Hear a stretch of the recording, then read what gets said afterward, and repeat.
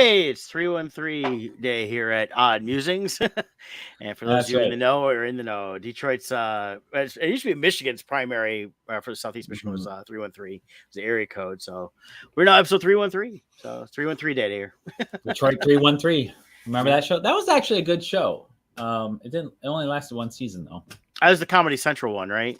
No. There was a serious one that was on. Or am I thinking of a different one? I thought it was I've never Detroit heard of 313 I don't know. TV show. It was a cop show. I don't remember that. I don't see anything on that. Nothing brings up. Oh, Detroit 187, not 313. Yeah, 187, which is funny because it's actually not a national thing, but 187 was I think it's the LA code for murder. Okay, so that must have been what it Yeah, was. so But it they was a dealt with good show. homicides and that. So Yeah. oh, I don't remember seeing this. I must have just missed it. But I like Michael Imperioli who started it because Yep. he was from Sopranos. He's a really good actor. Yep. Yeah, it was a really good show. I enjoyed it a lot. Yeah. But whatever you can. We got sidetracked there based on my mismemory of 313 of the show's name. Yeah, you can buy it on Amazon, but I don't want to buy it. But I might. Yeah. Oh, okay. I see the things. I do remember seeing that advertised. I just never watched it. Yeah. So I really liked it. Usually I don't get into those type of series, but that one I really liked. I liked the cast, and they were actually filming in downtown Detroit. They were on location for a lot of it. So, well, good, because you get tired of them filming stuff saying, "Hey, this is Detroit," and I'm like, "No, that's like, Vancouver." Yeah, that's Canada. Of course, you can't film in Canada now because it's all burnt down. We got all. I don't know. We got enough smoke here from it again. Yeah, we're covered in smoke. It's crazy. It was like driving home last night from the movies, and I just couldn't believe how much. I mean, it looked like the entire area was on fire, and it's not. It's just coming in from northern Canada. So, yeah, and I don't know what's going on there. We've never had issues with Canadian wildfires. Blocking out the sun. We literally blocked out the sun. I think it used to be, we call it just haze, or when it's warm and stuff like that. There's like smog or something, but it's now become this whole thing where it's just so. Yeah. Of course, there's that satellite footage showing all the fires across Canada. You see the smoke rising at the same time across the entire country. Yeah. Nothing suspicious there. Yeah. No, so, yeah, there's nothing suspicious everywhere. I think this whole world's just wanting to burn itself. Yeah. Yep. And of course, the marshmallows. Let me hit the wrong button. So this is basically how we feel here these days. And this is it right here. It seems that something has gone wrong since Canada came along. Blame Canada! Blame Canada! They're not even a real country anyway. I think that's a very appropriate one considering the circumstances. That's from South Park, the movie, bigger, longer, and uncut. Yeah, that movie's like 20 years old now, or something like that. Isn't that crazy? Well, it's like funny, like that. You got Simpsons over 30 years, South Park's over 20 something years now, and it's just, and they just keep churning them out. Yeah, the time just flies by. I'll get into that a little bit when I talk about Star Trek later on. Yep. So, hey, let's knock out a couple things real quick. Always got a little business. So let's start with Lawrence, your Family Chiropractic Center, PC, located in Belleville, Michigan and Dexter, Michigan. They take great pride in providing the finest chiropractic care to each and every patient, offering on-site digital x-rays, orthotics by foot level, young living, essential oils, aromatherapy, full line of vitamins, all with a family-oriented environment. Give them a call, 734-697-4244.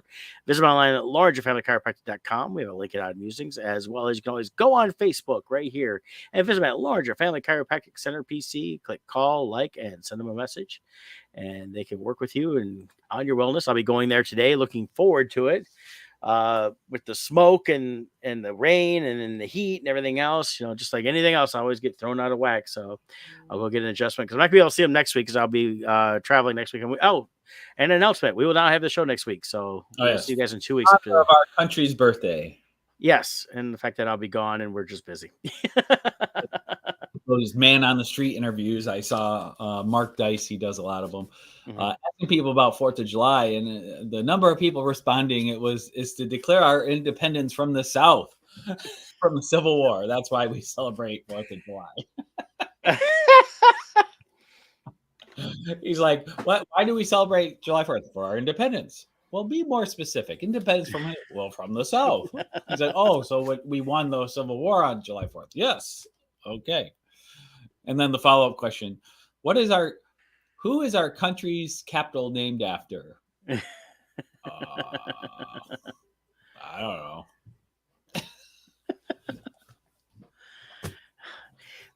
The thing is that people have just they don't care. They just follow whatever. Hey, what the media tells me this, the internet tells me that. I think I'm good.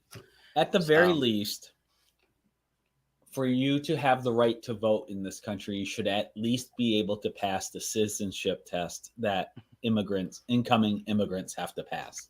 Yeah. I think we should all have to take it. And, we can have time to study it. I'm fine with that. Yeah. And you have to pass, though. And every 4 years, you have to renew it. You have to pass again because that's bad. That's stupid. I don't know. It's just like everything you mentioned about. People don't know what 4th of July is. It reminds me of the movie Born in East LA with Cheech Marin, and at the end they come up after finally getting out of Mexico, and he's a legal American citizen trying to break into Mexico again, and they go, "Hey, what's going on?" "Oh, it's a Cinco de Mayo parade." "Oh, what's that?" "I don't know. They just have it every 5th of May." Right. It's an excuse to drink and barbecue. And I mean, the real thing is, I believe it was victory over the Second French Empire is what they celebrate. So it was, as a Mexican victory back in the late 1800s. So right, but yeah, so whatever. And then our other sponsor, Team Titans Real Estate. Why? Because you matter. That's right. Even though we utilize the latest in tools and technology and maximize your home buying and selling experience, we never forget at its core, it's a people business, and we're cranking it. We have been so busy, but we are. I looked up inventory levels. Right now we're at the lowest in 13 years, and the trajectory is still going down. It's not like slowly leveling off here. So, the bottom line is this: if you have a second home, a vacation home, or anything like that, or you're just thinking about selling your current home, buyers want your house.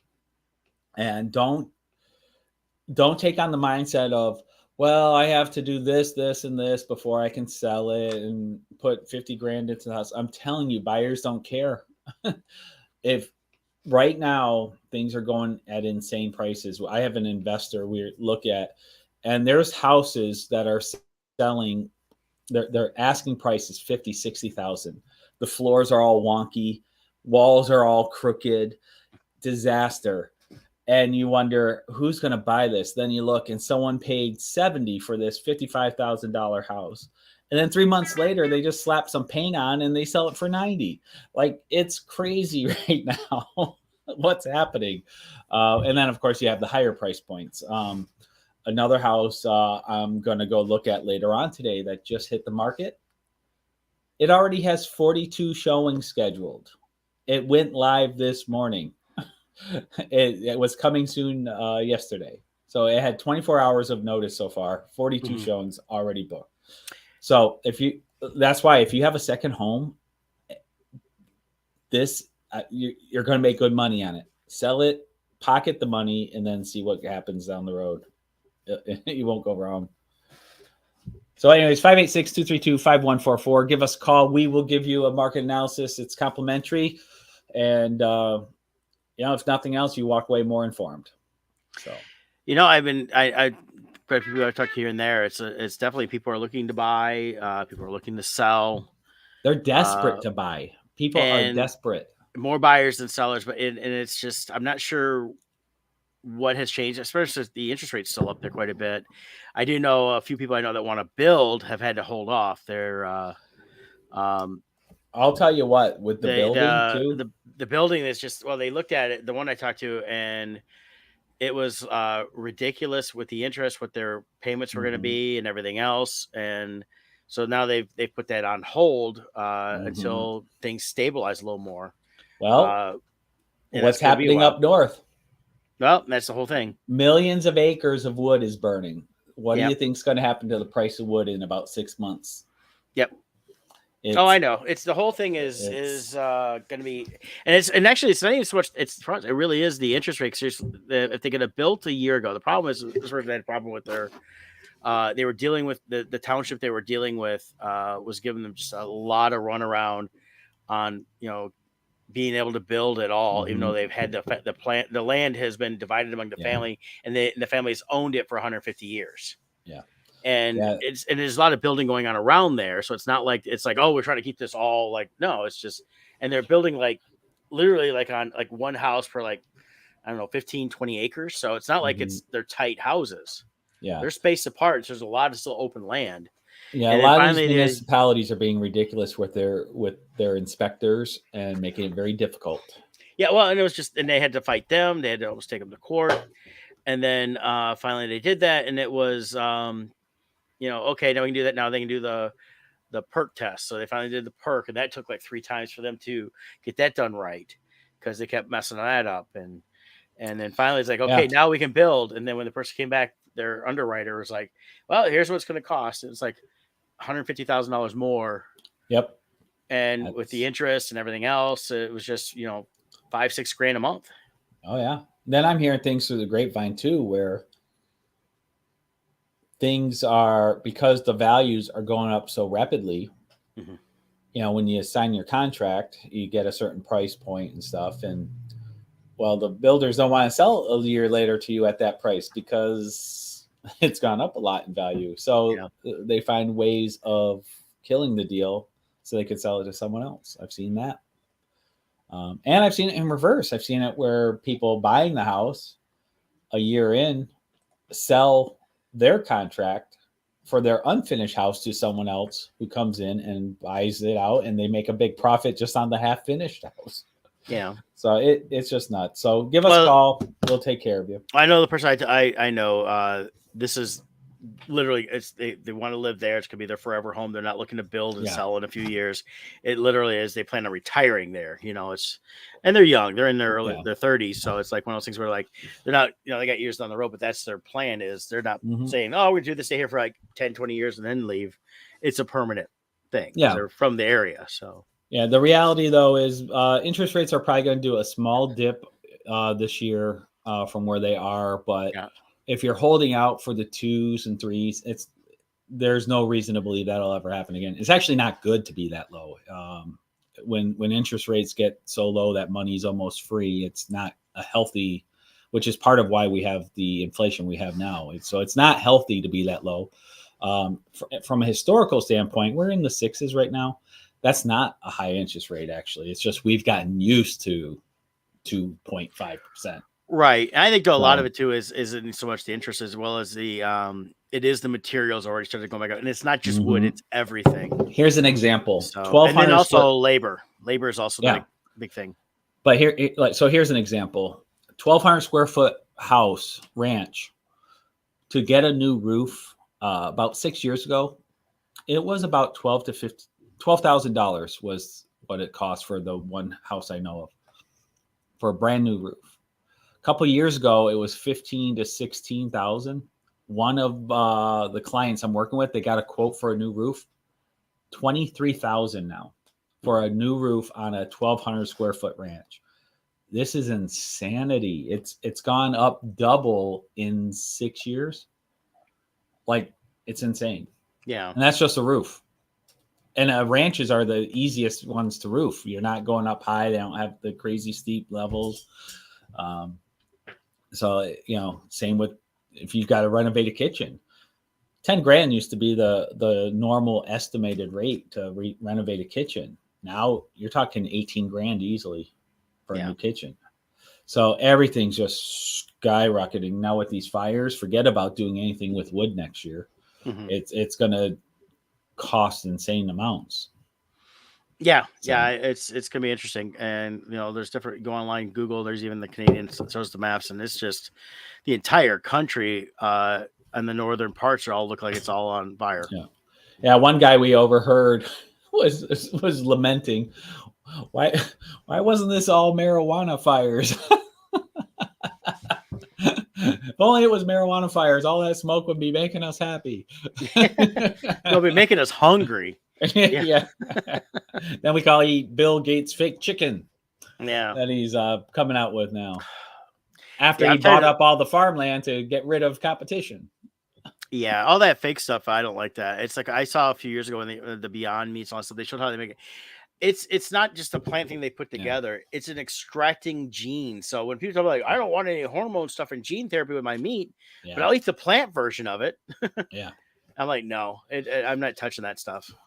Yeah. So, well, unfortunately, I think we're getting to the point where we're not going to have a choice. I heard certain restaurants are already implementing it into their menus, and won't be going there. I heard. I don't know if this is just proposals like down the road or what, but I heard a senator is looking to pass a law that they have to declare if they're using that. And I think they should. They should have. Oh no, they need to. If I find out that I've been served what isn't, well, I mean, when I go, like, I don't eat a lot of fast food places anymore. I'll do sandwich places, like a Jimmy John, stuff like that. But when it comes to like the beef and the chicken, stuff like that, if they're not serving me the real stuff, like, if it says it better be like 100% beef. I mean, that's what some of the places like Wendy's, they do advertise 100% beef. So, but again, I don't really eat there that much as it is, but because I rather get my own stuff. But regular restaurants, all that stuff, yeah, if they're mixing stuff to cut cost, which it doesn't cut cost because that Beyond stuff's expensive, but it's all ridiculous. I don't care for the fake stuff, the genetically modified. I know last year, I don't know if it's exactly the same as the modified. Well, I think it is. It's the Beyond Chicken. KFC uses that in their chicken nuggets. That was all over the place last year in legitimate news stories. I don't know if they ever got away from it or if they still do, but last year they reported it like here. KFC 3D printed nuggets, lab grown fast food. New York Post reported on it. Popular Mechanics reported on it. How weird. Yahoo News, all kinds of places reported on it last year. KFC themselves actually advertised having Beyond fried chicken nuggets. They weren't just serving it without telling you. That's right. They weren't hiding the fact. No, I know. I'm just saying, I think we're going to get to the point soon where it's going to be everywhere. And well, they were doing it. And actually the thing is too, it's like, it's plant-based, it's from plants, but it's like, when you Google it, KFC says it's not vegetarian, vegan, or certified vegan, because even though it's plant-based, it's still dealing with stuff that doesn't fall into those categories. So. They probably cook it in chicken broth to give it flavor. Which probably negates it. Yeah. It's all, because some people are like, I'd rather have that than the animals. Okay. But I'm not really vegan or whatever. I just it's like, okay, whatever, Yeah. But it's cooked in the same fryers as their chicken. So that kind of negates even having it. Right. So it's the thing is, I don't want to be served the stuff without them telling me. And if they are, then they should be open to lawsuits. Beware if it's called Soylent Green. We are in that time period of history now that the movie takes place. All that would happen, but everything goes back to 1989, when technically it was 1985, Back to the Future 3. And if Marty McFly had actually raced Flea from Red Hot Chili Peppers, and we'd have flying cars, hovercrafts, we'd be eating all kinds of fake crap and would never know the difference. Because we'd be stupid happy with our fax machines in our living rooms. Yep. So you were before we get too much, I was telling Scott before we get on, I finished watching finally. I forgot all about it. I didn't finish it. It was the third season of Jack Ryan on Amazon Prime. Season 4 is coming out last season. I enjoyed it. It was a good story. I'm waiting to see what they do with. I thought it already started, so I was probably like, better go start. I realized I had like 3 episodes left, and then it finished. I was like, oh, I gotta wait till like Friday for the new season. So we'll see when I get to that. But I like it. I like Krasinski as Jack Ryan. I think it's been a good storytelling element. They modernized a little bit because a lot of the books were all written back in the Cold War. With and they still deal with the Russia element in this, things like that. But they've updated it to the kind of more modern take on some of the stuff. So good storytelling. Yeah, I saw season 1 of that. I really liked how that story went. It I thought they did a great job of having Jack Ryan starting off as an analyst who's getting sucked into this world because out of necessity, and how they play it out is a really believable story arc, and I just really enjoyed it. And like I was telling Brett off screen, then season 2, there was a gap, and when season 2 came back on, it was always like in the back of my mind, like, oh, I got to go watch that, but I just never got back to it. So I got to get back to it. Yeah, and I mean, Jack Ryan characters were around for a while. It started with The Hunt for Red October with Connery and Alec Baldwin, and Baldwin played a good Jack Ryan, and he was an analyst. That's how the character is. He was an analyst. He wasn't this covert agent.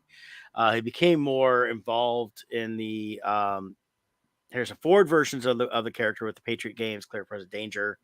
And then, of course, you had Sum of All Fears was another one with Affleck, who played the Jack Ryan character. I forgot about that one. Chris Pine did too. Yeah, right? and Shadow Recruit.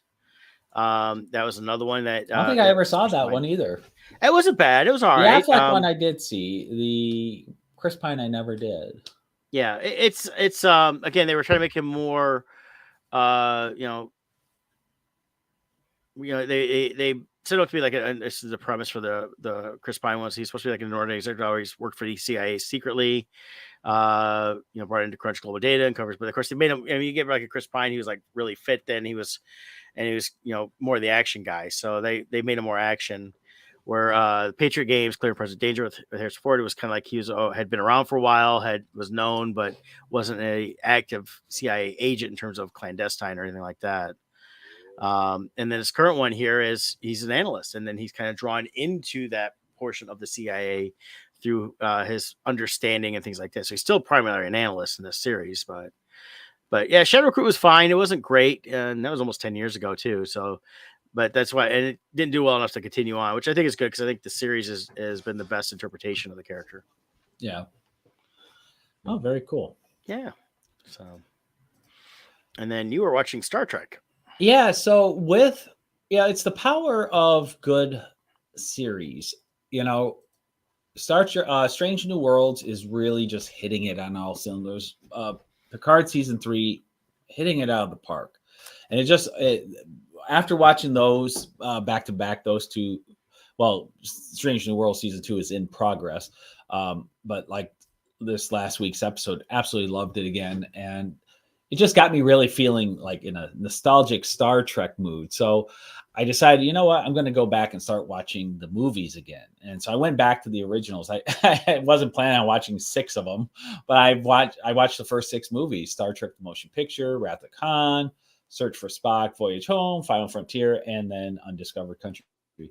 And I have to say, especially watching them back to back, these movies are much better than I remember. Wrath of Khan was always really great. I mean, that always was like, for me, that's like the Empire Strikes Back of Star Trek. It just was amazing as a movie, as a standalone. But watching them back to back, it feels like it's perfect viewing with our modern viewing habits. It feels like I'm watching a season on streaming when you watch them back to back, because especially 2 through 6, the end of one is the start of the next one. 2 through 6 is one big story. It really is. And so in going back, I never liked the first one, but watching it again, I think the flaw is they were aiming for the feel of 2001: A Space Odyssey. Even the spacesuits had the same. The orange spacesuits they were wearing looked like 2001. 2001 came out in 1968. Yeah, based on a novel. Yep, and this one came out. The first movie was 1979. So the pacing and everything is very slow, methodical, which had the same feel as 2001. And I think a lot of that went wrong. A lot of that had to do with they were trying not to be Star Wars. Right. They were like, we were Star Trek, we were here first, and they wanted to be more. I mean, they've always been more of a dramatic sci-fi, even in the series. Right. There would be some humor, there would be some different things that happen, but they were always really overall more. And they tried to go a little too serious with it, especially with the message, even. Yeah, but with the actual story, it's actually a great story, and it would be very relevant to today. It's actually an AI story, without meaning to be. It's like the first artificial intelligence is created because it finds our Voyager spacecraft out in space, and this machine life form takes on the programming of Voyager, who wants to come back, transmit data back to its creator, which is us, and it forms its own personality and universal views, all from the thought that this is a living being, this Voyager spacecraft. So it's really interesting. Yeah. And it was calling itself Viger because the part of the name had gotten blown off. The little sidebar on this, I just read recently, both Voyager spacecrafts are still transmitting. They're hitting that part of the away from the solar system where they're going to be in this interstellar open area, more and more away from the sun, more and more away from any of the different stuff there. But interesting is they're still transmitting. So at this point in time, they have not been picked up by any alien intelligence. True. And created as an AI, and we're not going to be attacked by Viger anytime soon. So we got that. Very well done. Great story. It really was. It's just the pacing is painfully slow, and the graphics are horrible. This is when computer graphics were first coming out. They overdid it. Like when they jump into warp, it looks so fake. It's all these computer animated like starbursts happening, and it's just horrible. Thankfully, with Star Trek 2, they went back to more practical, and they got away from the high-end digital graphics. Now, you watched the director's cut, right? Of motion picture, yes. Yes. Yep. Yeah. So that was really good. Getting into these other ones, some things I forgot about. Christopher Lloyd as the captain of one of the Klingon ships. Yep. We also had Plummer, Christopher Plummer. Yep. He was in Undiscovered Country. He was a Klingon, and just so many great performances all throughout. But the real key is in Star Trek 2, they really pick up the pace. And this is where we'll get into our conversation of they really gel the core characters and make it about character and relationship building. And that's what makes these next movies so strong. Yeah. And that's what I always liked about the Star Trek movies. The weakest to me had always been the motion picture. Again, not horrible. It's just it definitely is a slower movie. And as I've gotten older, I appreciate it more. And I think it's because when you're younger, I watched it. It's just Star Trek. I'm like, wow, that's Star Trek. That's cool. And then as I watch it again, it's like, okay, once was good. It didn't have to feel like a rewatchability. You get older and you start seeing different nuances you have from your own life experiences. Like, oh, okay, I see what's going on here. And that, but Star Trek 2, it did set up that whole string where each film just piggybacked on top of the others, on top of the next one. And you can see that when it gets like from 2, it was you look at the directors. For 2, the director was Nicholas Meyer. And you get to 3 and 4, directed by Leonard Nimoy. And then, of course, the story for 4 was also part. Leonard Nimoy had a hand in the story part of it, along with Harvey Bennett, who was the story and screenwriter for 3. So again, you got ties in there that kind of go together. And then, of course, Star Trek 5 is Shatner directed that one. Yep, Shatner, and I think Shatner helps with the story too in 6, if I remember right. Yeah, he's not actually. Nimoy's listed here. It Nimoy, okay. Yeah, but Shatner was story for 5. Okay. And then that Harv Bennett again continued on through 5. He didn't help out with 6, but you have like Lawrence Connor and Mark Rosenthal, names I've heard before. Nicholas Meyer comes back to direct Star Trek 6, so he after directing Star Trek 2. So I mean, it definitely those are some of the things that really help bring this around. Besides, with the storytelling that we'll get into. Yeah. So when you watch it back to back to back, it feels like I said a season on a streaming service, and it flows so nicely. The one that takes probably the most hit of all these original movies is probably 5, The Final Frontier, which is where Spock's half-brother, Sarek, comes into play. But in watching it, at the time, I remember I thought it was stupid. I didn't like the movie. But in watching it now, because I'm older and I've watched the older series more, you do have these entities and beings that they encounter constantly that are mistaken for gods, and like they have ones where the Greek gods they meet, and all the they do get a little wacky in the series. So it does fit with the original canon of the OG series, Right. It works. And like I said, when you're watching it as a flow, they keep the continuity of the relationships, the character development, everything flows perfect. But here's the devastating part. So in watching it, they treat Shatner like he's an old relic and he needs to be put out to pasture. And they're talking about how old he is and he needs to retire. Then I like, well, how old is he in this? So I look it up.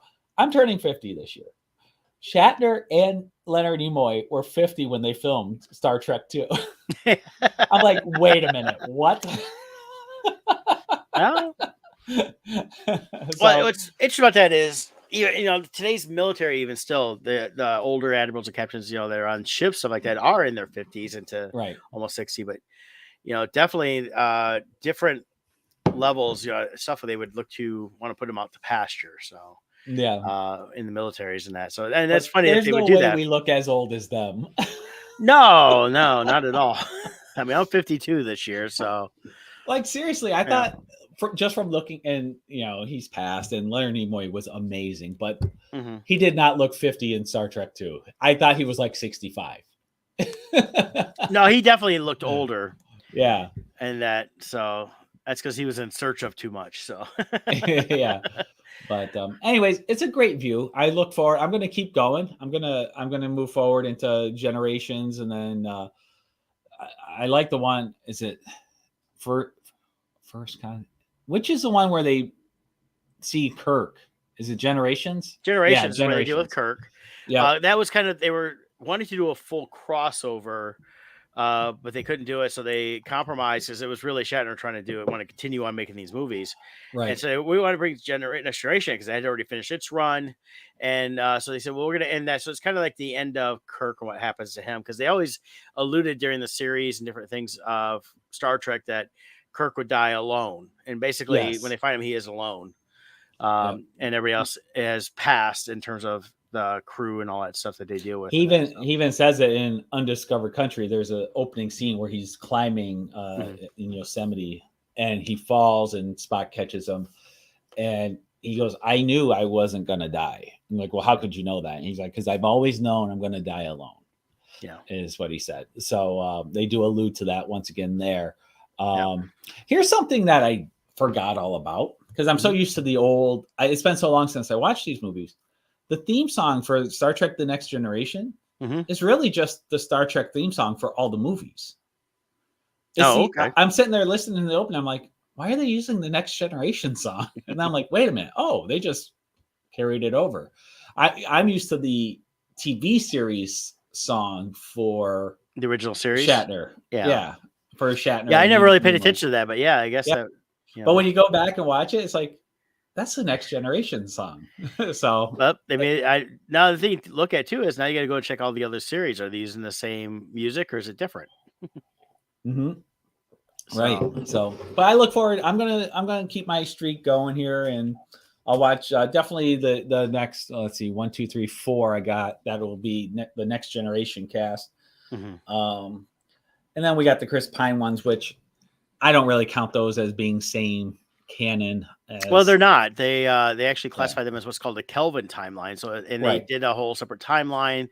They did bring in, I like how they brought Spock in though. Yeah, Nimoy. Yeah, I did like that crossover to honor the old timeline. Yeah, he was the handoff, and then problem with is like with that, and we'll move on, is with the Kelvin timeline is the first film was delayed by almost like a year before it finally came out in 2009, and then we had 4 years later Into Darkness, and then Beyond. And Into Darkness was them going back trying to redo the Khan story, and they did it completely different. They changed too much, and realistically, I think as a reboot, it should have been its own thing instead of trying to do. Yeah, I think that's a classic example of if they just named it a different villain, it probably would have worked. But because they made it Khan. Yeah, and the thing was, he wasn't the same type of Khan. The Khan that we knew from the original series, and that it had the elements of the hippies, and that's what he brought into that character, and what they did. So yeah. So Well, yeah, I enjoy the Chris Pine ones. I do, but Yeah. they just it seems like every single movie is production delays, writing issues. Will we get the cast back? And even now, there's always talk of another one, and then it's like, oh, it's back on. Oh, it's off. Oh, it's on. It's off. It just goes back and forth, and the cast wants to do it. Yeah, well, I think at this point now, because we are hitting 7 years this year since Star Trek Beyond. Yeah. They'd be better to reboot at this point, I think. At this point, I just scrap it all together. We don't need to go back to another Kirk Spock era. Just continue on like we have with Strange New Worlds. But if you want to create new Star Trek, somewhere on that, the Picard series is working. That's in the old timeline, and the Strange New Worlds is working. That's in the old timeline. Yeah, just carry. Even if you want to go into the future a little bit to have a new captain, keep it in the original timeline. The prime timeline. Isn't that what they call it? The prime? Yep. Keep it in that. Have the next captain. It'll be great. Yep. And just move forward. Mm-hmm. So anyways, that was my little trip down memory lane in Star Trek. Really enjoying it a lot. Yeah. Well, and while Scott was watching Star Trek last night, I went and saw the new Pixar movie, Elemental. Initially, I'm gonna say this. I wasn't really sure if I was gonna go see this or not. A friend of mine said, "Hey, we haven't seen each other. Let's get together, go see a movie." I was like, "Cool." And we looked to see what was playing. I was like, "Well, but the only thing I really want to see right now is Elemental because I'd already seen everything else I wanted to see." I feel like the trailer was cute for it. The trailer was cute. It was a neat looking film. It was one of the things like, okay, what is this truly about? It's one of the things where they kept it like, here's this, that, two different types of characters. One's fire, one's water, how they mix, and all that stuff.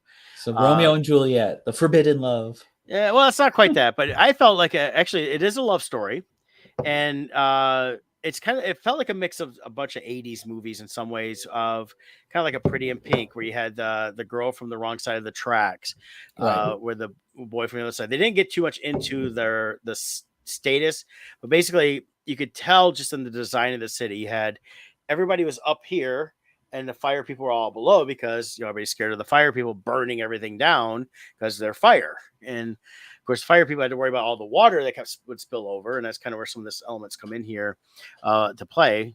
Is the main character Ember and her parents run a store. The parents had left Fireland, which is where they're from originally, which is set like in the South Pacific. So they're kind of South Pacific, South Pacific Asian type influence. Kind of had a little Indian, Siam, stuff like that, into the influence of how they designed their background without getting too deep into it. They didn't get really down into it, and they come to basically Elemental City because they're worried and because of things that happened. You find out through the thing back in their homeland, and of course, the time the mom's pregnant with who became Ember, and they're raising her, and she's going to take over their store they built. So it's like a typical, story we see, like the immigrant family comes over, they want to hand the store off to the kids, and she's learning a little bit about who she is. She has a high temper, so of course she blows up literally, and flame and stuff like that. And when she meets the water guy, as they would call him at the time, that's Wade, and they're trying to figure out why water's coming into Firetown because they had blocked all the water off years ago. So it's kind of the catalyst to bring them together and they get to know each other. And you have the whole romance stuff going on. You see the different characters surround. I thought it was a lot of fun. It's not one of the better Pixar movies. I'd give it probably a good 7 out of 10. But I thought they did a great job of introducing the characters. You cared about the two main characters. And this will go into our character talk here in just a bit. And the side characters were all there to help supplement everything that was going on. And you got, nice little quirks there. You didn't get too deep into them introducing the entire world, but you see some fun things. I'm going to kind of scroll through here a little bit. This is on the Pixar site. You get the trailers, stuff like that, character designs. That's Ember there. You got Wade. Of course, being water, they can do all kinds of stuff in water, very fluid, literally, things like that. And then you got Bernie. That's the dad. It's funny when they show the parents coming over and they come through the immigration thing. Of course, they speak only the Fireland language, and the guy's like, "We'll just call you Bernie, and then we'll call you Cinder." So that's how they got your names. Kind of like that whole immigration thing through Ellis Island. Yep. Yeah, I can't pronounce that. You're now a Smith. Claude's a kid that has a little crush on on Ember. He's just a little street kid in the area. He's a dirt element, and of course they grow plants on themselves and things like that. His big thing is right here. You see he grows flowers on his armpits. Oh God! And then you got Brooke Ripple as Wade's mom, and then you get Gail, who is ahead of where because he actually.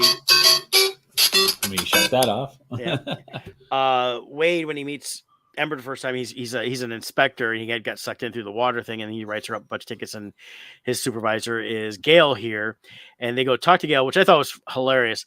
It's at their form of basketball, and it's all the Cloud characters playing against each other, and it's the Windbreakers versus the Crop Dusters. Oh God! And I was in a laugh, and nobody else really knows. I could tell was picking up on that too much. A couple of I heard chuckles, but I was like trying not to laugh too much because there's the shirt for the Windbreakers. Yeah. So that's funny. And then they have a whole thing down here, but I love the design of the town. You can see then this is one thing I love about Pixar is their design elements. Always does such a great job with their designs. And a lot of the stuff like this is while they have a story behind it, they have all like, hey, we've worked on creating more of make the world look real. So all the fire elements, the water elements, stuff like that were even upgraded from previous movies, things like that. Yeah. And you can see like how the water flows. I mean, that looks like real water. I mean, it's all computer. They do such a great job of world building. Yeah, and that's what I loved about this. The whole town, the city and everything was really built really cool. This is the stadium for the game.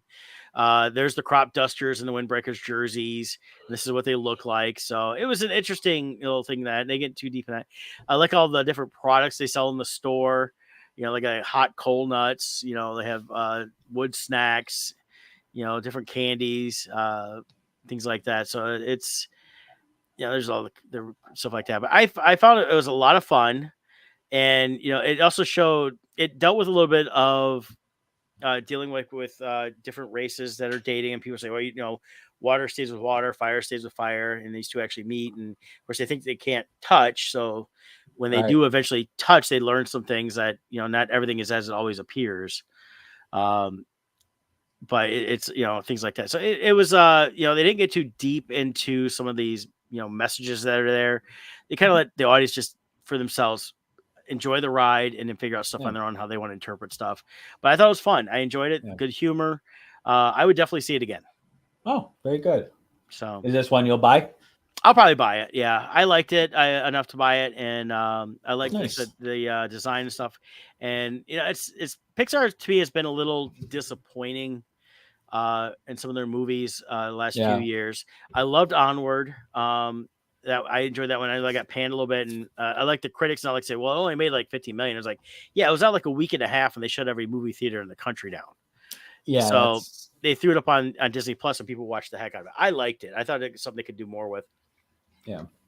And then when Soul came out, I was disappointed in that one because they alluded to being like a jazz themed movie, and basically jazz was almost secondary to it. It was just having to be a guy that played jazz, but he dies. You have to deal with his soul aspect. And I was like, I think the jazz aspect of a story would have been better.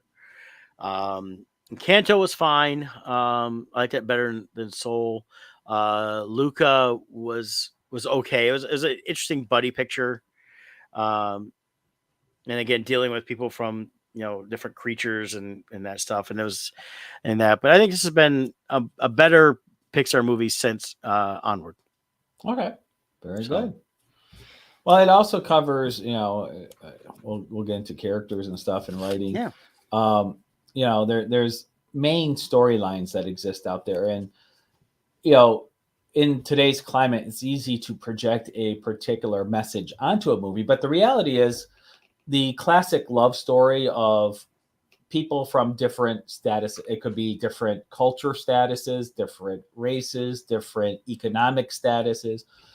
It's a very classic tale, though, of boy meets girl, falls in love, but society, for whatever reason, you can insert all different types of reasons, doesn't want them together. Even within, and it works both ways. It's, I know people of certain ethnicities, they don't want their kids to marry Americans. They want them to keep it within their culture because they want to keep their traditions alive. Right. So there's all different reasons for the society not wanting them to be together.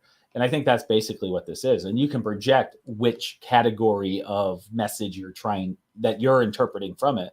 Yeah. Well, and not that too it was more of, it's just, the basics points was, everybody else kind of mixed well together because, between the earth and the water and all that, they were more compatible. Right. Because they weren't destructive to each other per se as elemental figures. And right. The fire itself burns, But the basic thing is like when Wade and Ember first actually touch, they finally actually touch. This towards the end of the film, like for last act, and they touch and they go, yeah, steam's coming off, but they don't. They don't put out. She doesn't boil them to death. He doesn't put her out. They realize that they're different. They're not just standard water and standard fire. They are something else, and they're able to actually be together. So, because when they have to deal with the flood, definitely it's trying to put the fire people out because it's just regular water, and then when it gets too hot, he basically evaporates, and then they deal with him coming back he cries a lot. That's one thing about his family is they seem to cry a lot, and that became a big thing for Dan. They are water based. Yeah, and he's basically steaming up in the stone, and then you kind of hear him, he starts crying, and then he starts dripping, and he drifts into a bucket, and then comes back to life. So, so it's like Zane and Zeta. Wait, what are the Wonder Twins? Yeah, a little Wonder Twins bucket of water with a little bit of like Frosty the Snowman. It was good. I recommend kids would like it. It's a lot of fun. Cool. I think everybody in the theater that was there was about 25 of us. They seemed to like it. So, yeah. Oh, very good. So off camera, Brett and I got into this long discussion off camera about what makes a good story, and how there are the classic tales that pretty much everything comes from. And then we also have like character building. Yeah. So one of the things Brett pointed out, which came from our conversation about Star Trek, is the number 3 seems to be a key number or multipliers of 3 in creating a group of core characters. Harry Potter, you have your 3 main characters. Star Trek, 3 main characters. Star Wars, Han, Luke, and Leia, 3 main characters. It seems to be a really good combination. Yeah, and that's the thing too. I even mentioned like something like Goonies. You look at Goonies, I say, oh, there's a bunch of them, but if you look, there's really 3 main ones, and everybody else was kind of supplemental to that. And the 3 main ones start you off. You had Mikey, Chunk, and Mouth. Those were the 3 main Goonies, and then they threw Data kind of in there too. But even then, when you bring in the others, they had to add more to it. So you had the brother Rand, and then you had Andy, and then the other girl, and that they were all supplemental characters. But really, the 3 main that were catalysts to get everything going was Mouth, Chunk, and Mikey. That kind of got it going there. It's like even someone I posted about never seeing Monster Squad to somebody, and they go, "Oh, you should see it." And someone said, "I like it better than Goonies." Well, Monster Squad wouldn't be Monster Squad without Goonies, but even that followed the same thing of you had 3 of the main friends were the main Monster Squad. Then they added the 4th, which was the Rudy character, and then of course Phoebe, the little girl, was always tagging along, the little sister. But it's always like there's always like, even though there's multiple characters, still it's always 3 main focused on a lot of these stories that seem to help propel stuff forward. And it's not saying that you can't have a good story and a good film with one person. But if you look, there's always some core group that follows, even if it's mainly centered on one main character. Yeah, and like with Star Trek, you got Spock, Kirk, and Bones. And you've read the writer's journey and stuff, so you might correct me if I'm wrong, but I think like when you're building these characters too, the type of character is important. So like in Star Wars, they talk about this in that book that you mentioned, the writer's journey. And it's called the archetypes. You have the hero, so and they use Star Wars throughout this book as a good reference because it came out in the 90s, and really you had the hero, Luke Skywalker. That was the hero of A New Hope. And you have the mentor, Obi-Wan Kenobi. And then, the Threshold Guardians, a menacing face here. If understood, they can be overcome. Then there's a Herald. It's a force that brings a new challenge to the hero. You have the Shapeshifter, who it's characters who change constantly from the hero's point of view. The Shadow, it's a character who represents the energy of the dark side. And then Ally, it's someone who travels with the hero, which we ended up getting with in that first movie. You end up being, Han and Chewbacca, joined up with, the hero and the mentor. And then you have the Trickster, embodies the energies of mischief and desire for change. So you have those are the basic archetypes of major characters within a lot of these stories. Yeah. And then you have like the character, and I don't know if it's from that book or for something else, but like the Han Solo character, for instance, they recommend you have one character that doesn't change. They're the static character, and that the viewer or reader can judge the changes in the other characters through that character, and it almost becomes the audience member character. So Han Solo kind of doesn't grow through the entire trilogy. He's kind of the same guy all throughout. Yeah, he's still the scoundrel. He's still looking out for himself. Right. He does want to help out. That's where he's the ally. He's the ally. He travels with the hero in this journey. He serves a variety of functions. I mean, realistically, every character is going to change, but there's some characters that will stay more true to who they were. He's not going to go, I'm no longer a scoundrel. I am now a Jedi. That's not true to the character. Whereas Luke became a Jedi. He became the next level. As the hero, it was part of his hero's journey. Right. That was already imbibed in him, the call for adventure. He wanted this adventure, even though Jedis don't seek it, he did. And that's because he had this natural pull from the Force, that was going to do that. And his mentor, the wise wizard, a lot of people call him, but it been, was one that was strong for that. But it's definitely, with characters, you have certain archetypes that you're going to follow. And this is where I believe a lot of stuff lately that's not been good. And you don't care about the characters and stuff like that because they're not building upon those premises on that. It's like even watching the 2 Avatar movies. I haven't watched the first one in a long time, and I'm not going to rewatch it. Watching The Way of Water the other week, it's like I still didn't care about the characters because they really weren't. There's nothing going on. They were just kind of running, and there was no real premise behind it other than here's these guys running and nobody cares. Right. But you have to have a main hero and then a core group around them. So let's jump over to Harry Potter. People probably seen the video where someone compares it to Star Wars. Ron Weasley is Han Solo. You've got Dumbledore is like Obi-Wan. Well, actually, Dumbledore is probably more Yoda, but but Harry is more the Luke character. Hermione's more the Leia character, and you can go all through all the different characters and find the corresponding archetype for that story. And you go over into Star Trek. Yeah. Spock is the one that stays constant, so he's more the Han Solo. He's the ally. He's traveling with Kirk is the hero. Yeah. You got Bones, he's probably more the grumpy wizard. I don't know what Bones' equivalent would be, but then you got Scotty and all them. But you got the extended cast that fills all of those other and you can end up with like multiple allies or different things like that and the different mentors. I mean, realistically within Star Trek, the mentor was a little different. I mean, it wasn't actually like a drawn out thing. It was kind of more of just a overall the mentor really in Star Trek was Starfleet.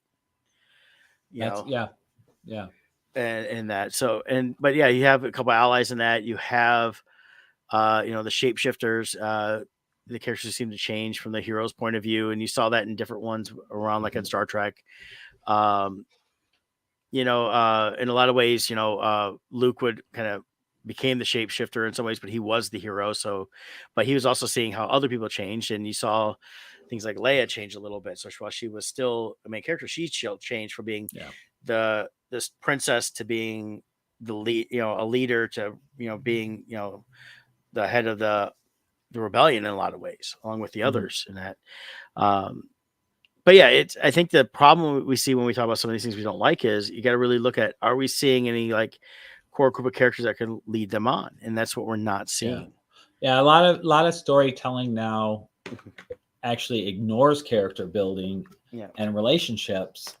And they focus on a gimmick. They focus on a cool design, and that will only carry you so far. A cool design might get somebody to buy a ticket to go see it, but it won't get them to say, wow, I want to see this again. Well, it's like I mentioned, about The Last Starfighter the other week.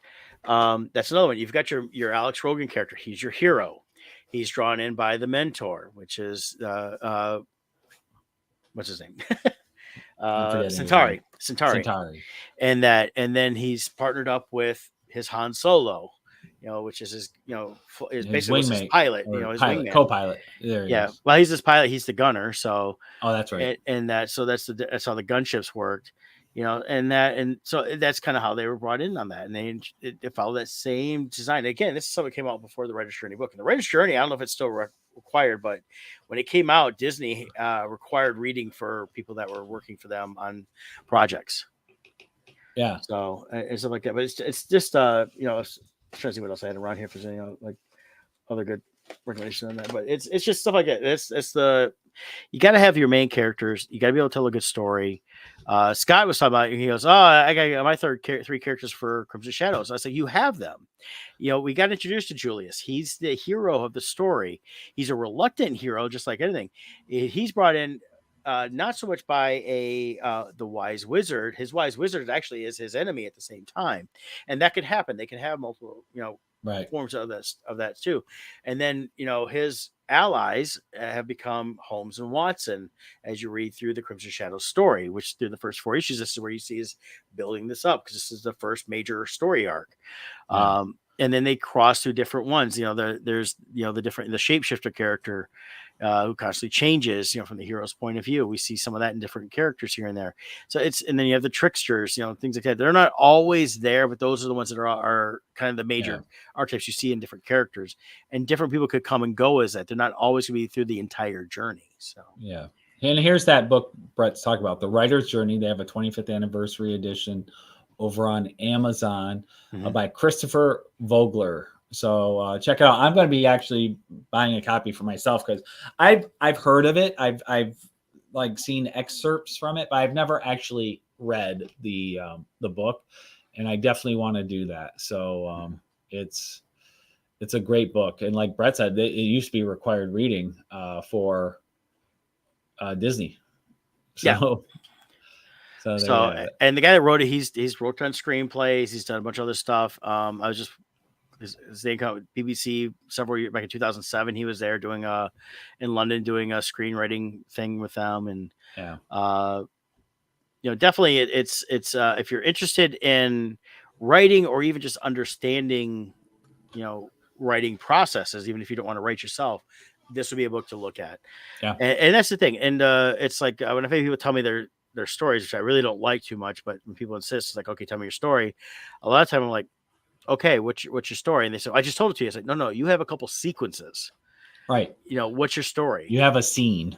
Yeah.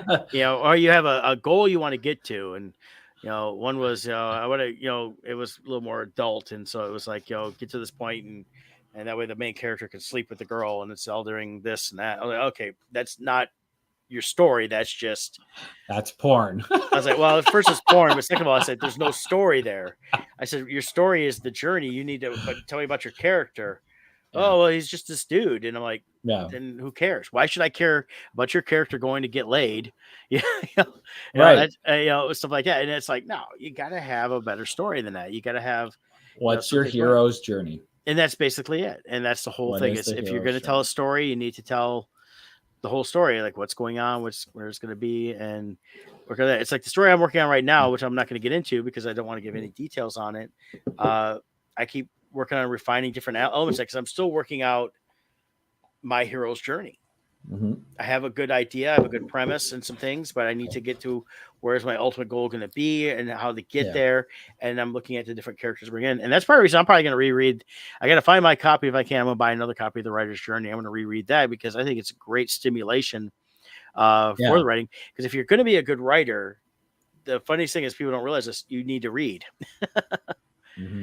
And it's not because you can steal their ideas or like that, or you're going to do that. It's just, you need to read stuff. And when I get stuck on writer's block, I go back and start reading different things. I try not to read in the same genre per se, but I try to read more. And that way it gets my mind thinking elsewhere. And then all of a sudden, I can get through that a little bit and it goes through there. So just a quick example too, I'll give a semi-promotion for an upcoming book we're working on. So the working title we're working under is Red Winter right now. A buddy of mine, he's great. He always has great ideas. And I've known him since 10th grade. And we've been friends all this time. Anyways, he has this story and he's always talking about it. But he's not a creator like us. So he doesn't really have the outlet to produce this. And finally, I'm like, you know what? Let's sit down. Let's hash this out. And it's the same thing. He had great scenes, great ideas in his head. But I'm like, but what's the story? So I've made him sit down and come up with the story for the character. And then he comes back to me and I listen. I go, okay, well, your main story, no one cares about.